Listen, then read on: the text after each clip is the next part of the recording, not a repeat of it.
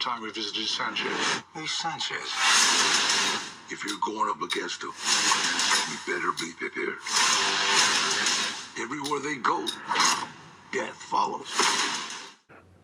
Hello everybody, welcome back to Screenstars. I'm here today to bring you my review for the 2022 action thriller Renegades, a film that is directed by Daniel Zarilli, and it stars, get this for a cast list, we've got Danny Trejo, Lee Majors, Stephanie Beacham, Patsy Kensit, Michael Paré, Louis Mandylor, Tiny Lister Jr., Nick Moran, Ian Ogilvy, Michael Brandon, and Paul Barber, and Billy Murray. Wow, that's like a who's who of like B movies. Incredible cast list. Right. The film focuses on a group of retired military men. You've got Nick Moran, you've got Lee Majors, you've got Ian Ogilvy and others, Billy Murray. They kind of get together once a week for like a group session to kind of, counsel each other, and they have a few pints together. They're very, very close friends.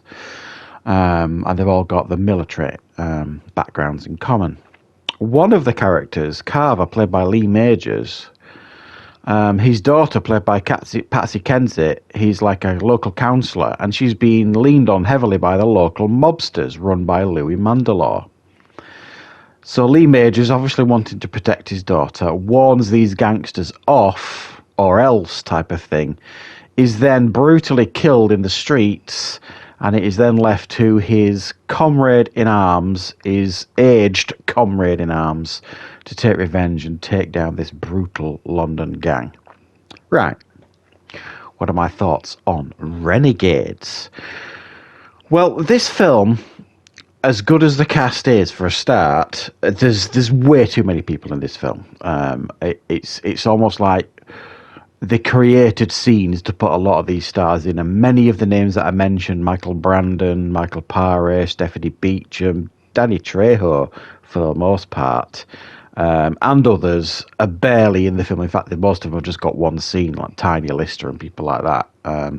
It's odd, really, and it detracts from what ultimately could have been quite a fun and impactful, like, revenge story. There's nothing overly original about this story. In actual fact, Ian Ogilvy has done quite a successful series of films. I don't know if he's done 2 or 3 of them. Where he's done like I think it was called We Kill the Old Way, or We Still Kill the Old Way, something like that. Very similar concept where an aged veteran's killed and his comrades take revenge. So it's a similar concept here. They take a little bit of a lighter approach, I think, with this one.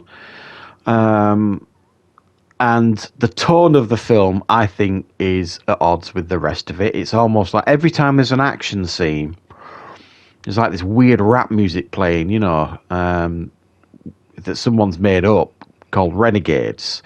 They're trying to make them out to like be these badasses, ex-military type, but it just never delivers, this film, unfortunately. While the veteran actors here in this film are a highlight, there's no doubt about it. It's a solid concept, but the setup's interesting, but it's let down really with poor action, pretty dull dialogue, and really poor stilted performances by many of the cast members, who unfortunately either didn't care or phoned in many of the performances, and it's not a delight to watch, and it should have been, because there's some real veteran stars here that could have made this very fun and watchable. Ultimately, it's weird the amount of people that are in this film that just don't work.